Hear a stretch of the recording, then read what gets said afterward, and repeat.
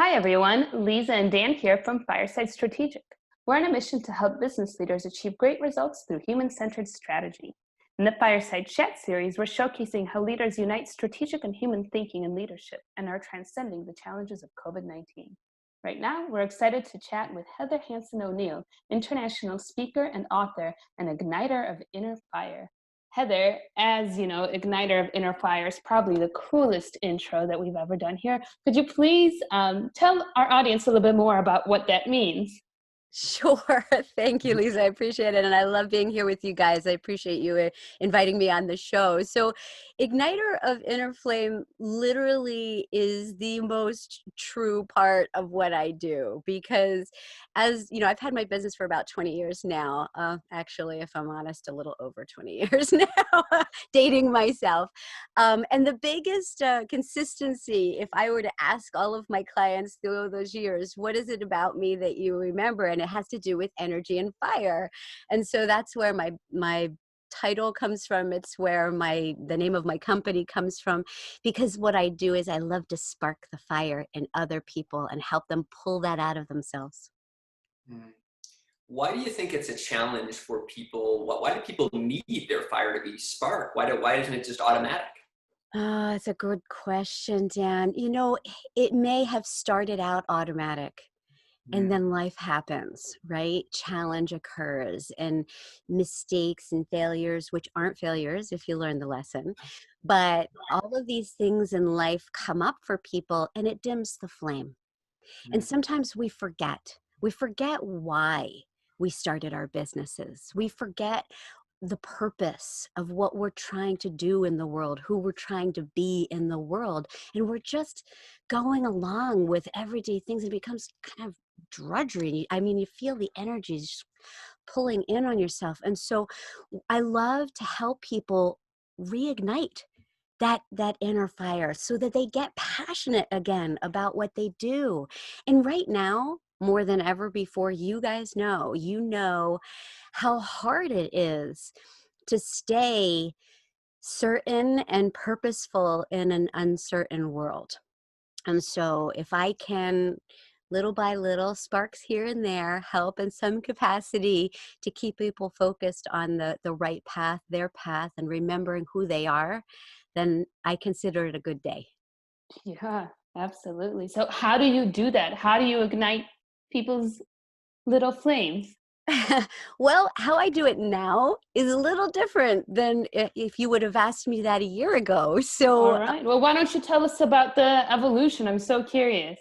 yeah, well, I think that we have to be flexible in the world, right? We have to be able to adapt. So yes, by profession, I am a keynote speaker. So most of the time I'm going and I'm traveling around a lot, which obviously I'm not doing that very much.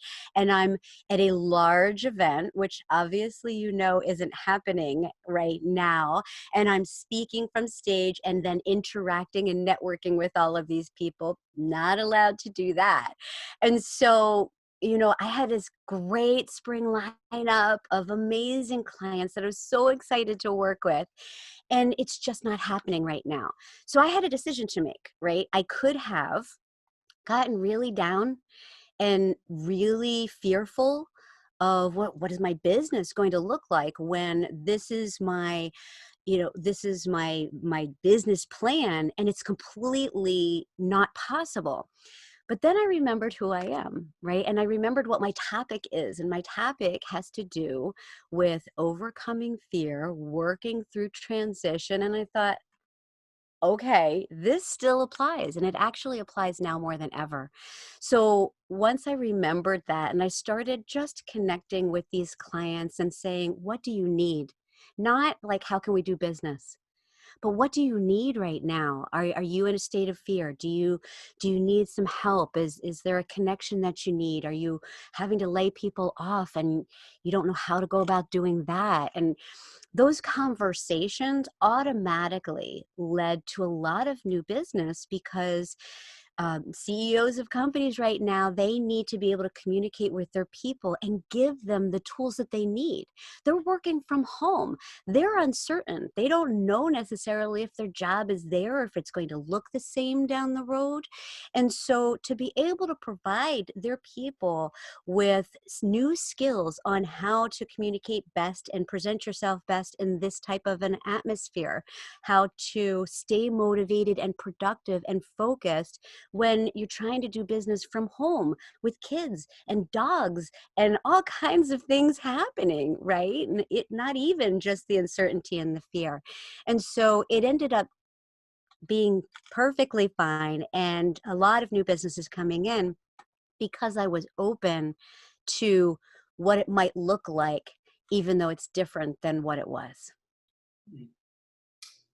Makes total sense. Love that you pivoted. Love that you are walking the talk, right? You're doing what you talk about. Yeah. Curious what that pivot looks like in a little bit more detail.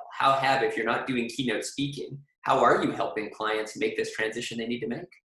Okay, so I thankfully love change. So within a day, I get the great opportunity of dealing with very, very different clients. So just this week, I'll give you an example of my week. So I actually did do a keynote presentation for a global company, financial services company, for a very large internship program that had to become a virtual internship program. This is a program where they typically year after year have one of the best internship programs that they do in person. And they end up, hiring some great hires at the end of the season. And they just couldn't do it, obviously, the way that they did before. So they had to transition everything, all of their content, all of their team challenges, everything to a virtual format, which they did. So I provided 2 different sessions for them to help them, A, with how they can do this all virtually, and then B, from a how do you stand out standpoint. And so that was great, a lot of fun, tons of people on the line. It was awesome. And then also down to doing a lot of coaching sessions with individuals who have been let go. And they're looking at, I do a lot of work in the event industry too. So a lot of the event professionals right now, there's nothing that they can do. And so they've been let go. And so they're looking at, do I continue on in this industry, or do I even transition to another industry? So helping them just look at what their skills are and how those may be able to transition so that they can continue moving forward without being stuck to who they thought they were. Does that make sense? So I do all of these things within a week. I've done writing. I do my podcast. So there's a lot of different things that I get the great opportunity to do and to be able to share the message in different formats. I love that. That's so important. Yeah. I wanted to take a step back a bit. You mentioned this is an important time for CEOs to communicate. And before we hit record here, something that we started talking about was that employees really want to hear from the CEO. CEOs shouldn't go dark and silent. But something that comes up is a lot of CEOs today don't really know what to do. They don't really know how to act. Things are so new and uncertain. So what advice do you have for CEOs around communicating during a time that they themselves may be feeling kind of vulnerable? Right. And you actually said it right there, Lisa. That's exactly what they should be doing. The thing that they least want to do. And that is to be transparent and communicate more than you think you should. Because that's the biggest thing that comes up when I am coaching the employees is I'm at a loss. I'm so afraid right now because I don't even know what's going on. And this is when a lot of people were being furloughed. So they didn't know if they were going to be brought back or not. So they didn't want to go out and search for another job because their job may be there, but maybe not, but they weren't sure. And they didn't know how long it was going to last because they weren't getting the communication that they needed. And then when I do coaching with the CEOs, they're really honestly coming from a place of wanting to do the absolute best for their people. It is not by any intention of wanting to hold back, I believe, from the people that I have worked with. It's just a matter of not realizing the impact of going quiet and what it means to the end user, to their employees. Simply getting on a Zoom session like this and being transparent and saying, hey, you know what? I don't know. I don't know what's going to happen. I do know that I appreciate you and that I really want to keep you. And, this is what I see in my vision for the company, but I can't guarantee that right now. And I'm scared too. Now, imagine if that were the message that you were to get from your employer instead of nothing. Wouldn't you be even more loyal to that company? Wouldn't you want to do more and get out there and come up with an innovative idea to help that business succeed? And that's what happens because we're humans.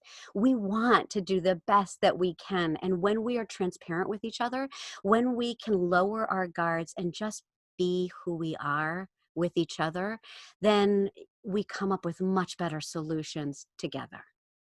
I love it, love it, love it. And even just, you think about how easy it is to fall into corporate speak. So when we're communicating to our employees, we want to send a message. So easy to pass it through the filters of risk aversion, right? But the simplicity of just telling the truth in the most human way possible, it's so simple, it's almost too obvious for some people. It's true. It's very true. Yes. And we want to protect ourselves all the time, wanting to protect ourselves. But the best way to protect yourself is just be truthful, is just be honest as, as much as humanly possible. I know we can't share everything if you're a CEO of an organization. I know you can't share everything. However, as much as you can, just be present with them. Show up and say, hey, let's brainstorm this together. How can we work on this together? And you're going to get a lot better responses, a lot more creativity, like I said, loyalty. And I think that what happens if you're a company that is led by someone like that, that's doing that, you're going to have a lot less time in that resistance to change. And you're going to be able to pivot. You guys use that word too, to be able to shift. And I've actually worked with companies right now that have completely shifted the way that they're doing business. They manufactured something else a year ago, and now they're manufacturing masks. Like, we shift. And sometimes what happens at the end of something like what's going on right now in the world, as things come back a little closer to normal, you may find that you want to go back to what you did before and have this new pillar of income, profitability. And so the ability that you have to be able to shift and bob and weave and listen to your people, your clients and your employees, to listen to what they need and provide it as an organization, as a business, then you're going to be able to expand and grow so much more as things calm down. That's amazing. So in essence, if you're flexible and you collaborate with your people to create something, then coming out of this, you can come out so much stronger than you were before it even happened.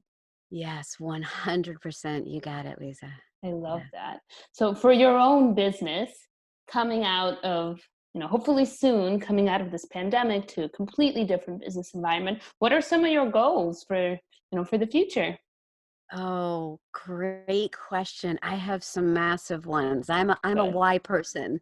And Dan and I were talking offline right before I had the great pleasure of meeting you, Lisa, is about, because I met Dan first, about why and how you guys are such a perfect match too, because of your why and how skill set. And I think that because as a why person, I have a lot of big visions of where I want to go, but I need to keep bringing myself back to how, right? So keep the big vision, but look at how to chunk it down and how to take action on what's most important right now is something I need. I need that reminder. We all have our beautiful, unique gifts, right? And we all have those things that we might call limitations. And so that's mine, and I recognize it. And I have to keep reminding myself and surrounding myself with people who will remind me what's right now, right? So I have big retreat ideas. I have a great program right now to help the entire meeting industry by bringing together top level event professionals who are so super smart from all different arenas to come together and brainstorm how to solve this issue, because I don't believe that it is a top-down solution. I believe that when individual business owners come together and collaborate and share best practices as opposed to holding on to our best practices, that is how we will be able to not necessarily come back to what we were, but to create something new. And it doesn't have to be just the event industry, because I have a program that caters to that. It's the same thing for every industry that your listeners are in right now. And that has to do with how can we evolve, become, transform into something bigger and better based on what, Lisa, I know is so important to you too, in that purpose, right? That strategy. I love that. We were talking about that earlier too. It's really, really cool. And I think you have hit on something so fundamentally important for us why people. There's a channeling that can make us so much more effective. Because when you see so many possibilities, it's very easy to be lost in those, right? Yeah. And so I'm curious, because a number of the CEOs that we work with are very much why people. Do you have any suggestions or advice, sort of big picture, for how a why person can start to channel their energies and get a little clearer on the how? Oh, 100%. And only because, we teach what we have to learn, right? And so I'm giving you what I've spent years working on, both for myself and with my clients. So there's a couple of things, and it depends on how big of a company these CEOs have, right? So if they're in that small to mid range, and there's still so many ideas that are happening, you need to record them and release them. And so if you're a why person, your ideas can haunt you sometimes because they're really good, right? They're like, oh my gosh, this could change the world.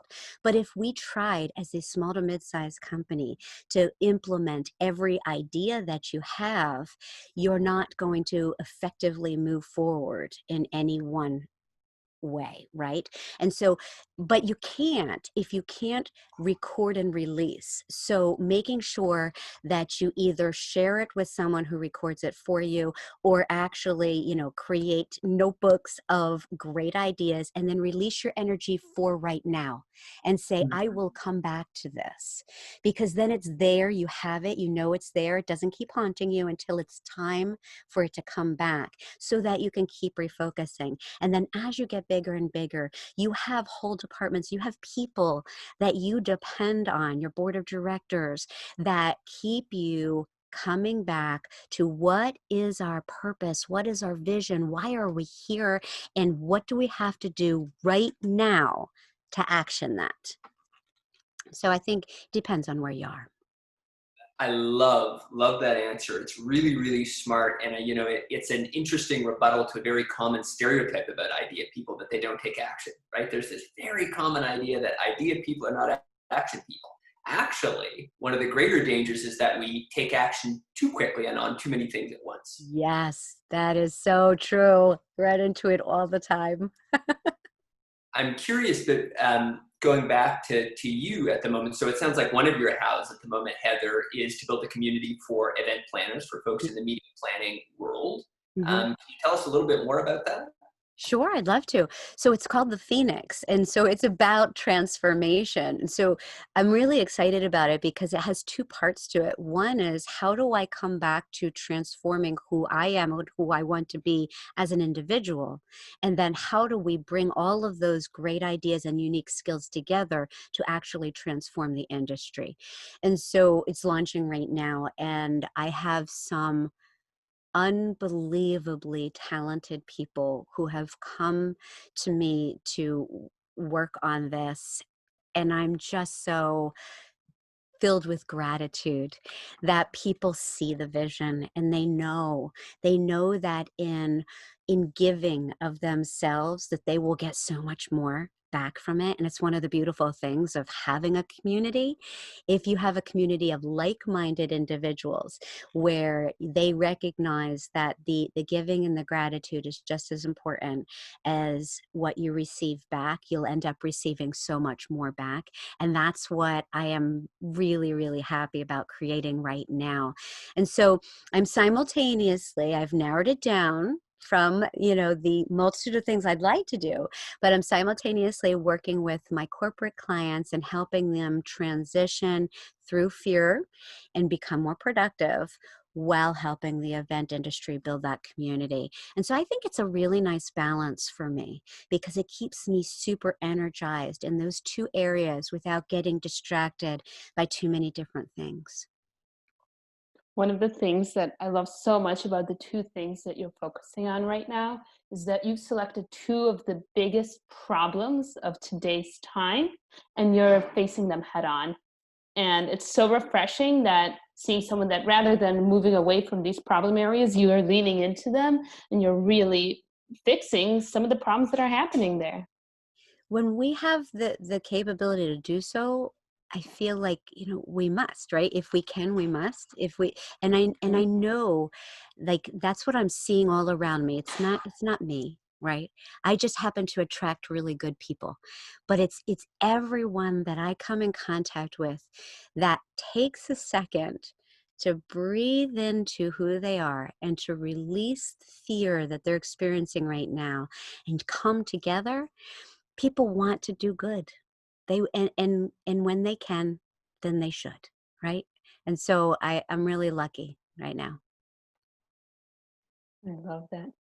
So Heather, as we're reaching the end of our time together, there's one Already? question. I know, time flies when we're having fun. This has been That's amazing. There's right. one question that we love to wrap up the interviews with. Hmm. So we've talked a lot about business and very serious topics of transcending fear. However, we're curious, during this time of lockdown, when some of your options for travel and entertainment have been perhaps lower than usual, what have you been doing for fun these days, aside from Oh. work? Okay, yes, you're right. I do enjoy my work too, but that is not the only thing that I do. And so I don't know if you actually know this about me, but I'm a bit of an adventure junkie. And so I do crazy adventures. Now, I can't do some of them right now. So I still like to stimulate my brain and my body by learning new things, right? And so for me, that could be, I just tried this awesome new workout program called Intensati. It's not new, it's just new to me, where you combine, working out with affirmations, totally in alignment with what I love to do. I kayak, I get outside, I hike. When I can connect to nature, um, it it inspires me, it energizes me, and enables me to come back and be better for my family, to come back and be better for my clients. And so I know that about myself. I need to move my body to energize myself. But it depends on everybody else. They might have something different. Maybe they like to read or listen to podcasts, or so whatever it is for you, right? It's important to find that. For me, I like to do crazy things, and I got to tell you, I cannot wait to be able to do my next big adventure. I'll let you know when it comes up. Do you have one in mind? I do. Usually, I'll just give you this hint. All right. It involves the skies. So like I jump out of airplanes and I fly on the trapeze and I do crazy things. So I recently went on a hot air balloon ride. Yes, I could do that during COVID times. And I heard that you can actually dive out of the hot air balloon. Whoa. I know. So it's a lot different though, because they only will go up to say 5,000 feet. And I did my dives from 14,000 feet. And so actually it's a little scarier to do it from lower. The ground is closer. So it's a little scarier, but I'm just putting it out there that it's going to have to do something with being in the sky. Well, Heather, we can't wait to find out when the time arrives where we can find out. But for today, we had an absolute blast talking to you, learning from you. I'm sure our audience will feel the same way. So thank you so much for coming on, Heather, and sharing the fire. Oh, thank you, Dan. Thank you, Lisa. Thank you, everyone out there who's doing what they do to move forward. You guys are amazing. Appreciate the time. Thank